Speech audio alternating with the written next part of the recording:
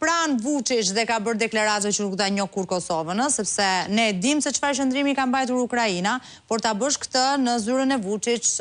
sjell një lloj konteksti tjetër, na sjell edhe një herë përballë se çfarë ndodh ndërkohë gjeopolitikisht dhe si po luhet gjeopolitikisht, ndërkohë që Kosova është në këtë ngërsh. Si e shet ti këtë që po ndodh? Si e ke parë ti këtë deklaratë në vetvete dhe çfarë po humbet Kosova ndërkombëtarisht? Po, së pari njerë, kjo është në Kosovë të mëdha që po ndodhi Kosovës, është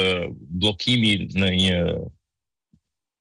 themi duke bllokuar me listave të kucës së saj në një farë mënyrë. Në mënyrë absurde dhe pa imagjinueshme, gjë që ka qenë asnjëherë s'ka ndodhur në rastet e partive të tjera me shumë pak deputet se kjo e Kurtit, prandaj është e vështirë që t'i vijë përgjegjësinë e partitë përveç se Kurtit të aspekt, se partitë e tjera që kanë qenë partitë e para, kanë pasur shumë pak deputet dhe nuk kanë pasur problem të zgjidhin presidentin, ndërkohë që Kurti ka marrë si pak të tjerë më parë dhe ka probleme me zgjidh presidentin, por edhe me formu qeverinë. Mi po çka ka bërë kjo? Ka bërë që Kosova të dobësohet shumë në sytë e ndërkombëtarëve, i ka ushqyer shumë më tepër armiqtë të shakeqit ose cinikët dhe skeptikët e Kosovës, dhe ka përjashtuar nga klima e oportuniteteve ose dritarët e oportuniteteve që janë ofruar në arenë ndërkombëtare, në mënyrë të veçantë për sa i përket klimës së re që është krijuar pas luftës në Ukrainë për të përshpejtuar hapat e integrimit evropian, një klimë nga e cila po përfiton Shqipëria, ka përfituar Moldavia ose vende të tjera, të cilat si thua me një sy mbyllur në farë mënyre kanë tejkaluar hapa që më parë do zgjasin shumë më tepër, pikërisht për shkak të kësaj klime të re, ekosistemi të ri gjeopolitik që Evropa po ndërton, ku nuk po vërtet shumë për kritere, por më shumë po fokusohet tek nevoja gjeopolitike për t'i çuar këto vende brenda BE-s sa më shpejt, edhe fatkeqësisht Kosova është shumë prapa, përposhtë në fund të listës, ka aplikuar për statusin e kandidatit dhe akoma atë se ka marrë, ndërkohë që ne jemi duke folur tani për Moldavi dhe Ukrainë që do marrin ose po propozohet të marrin antarësimin e asociuar. Shto këtu edhe fondin e Bashkimit Evropian për Ballkanin Perëndimor, mbi 100 milionë euro që rrezikohen që mos të përfitohen, dhe pa llogaritur pastaj kosto e reputacionit,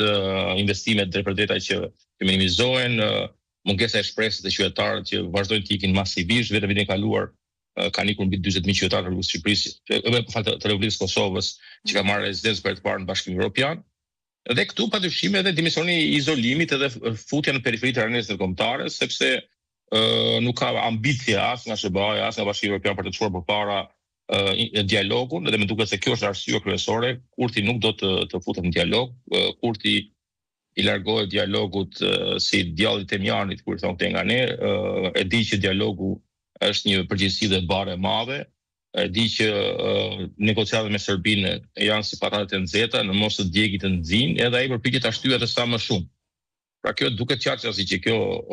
nuk është rastësi dhe nuk ka të bëjë vetëm me faktin që Kurti do kontroll të plotë të institucioneve të pushtetit, por edhe sepse kjo është një mundësi e mirë për të evituar vazhdimin e dialogut,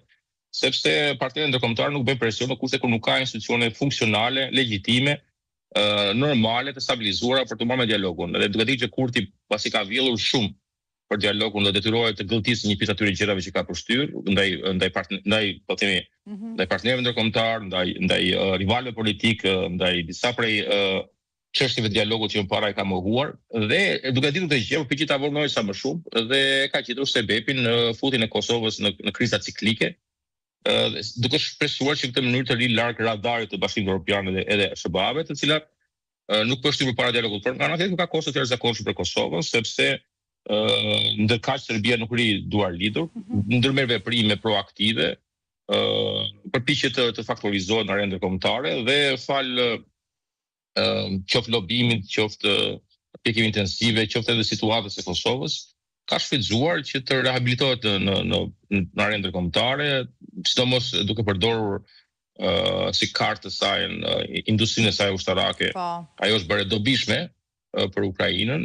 një pjesë e mirë e municionit që shkon në Ukrainë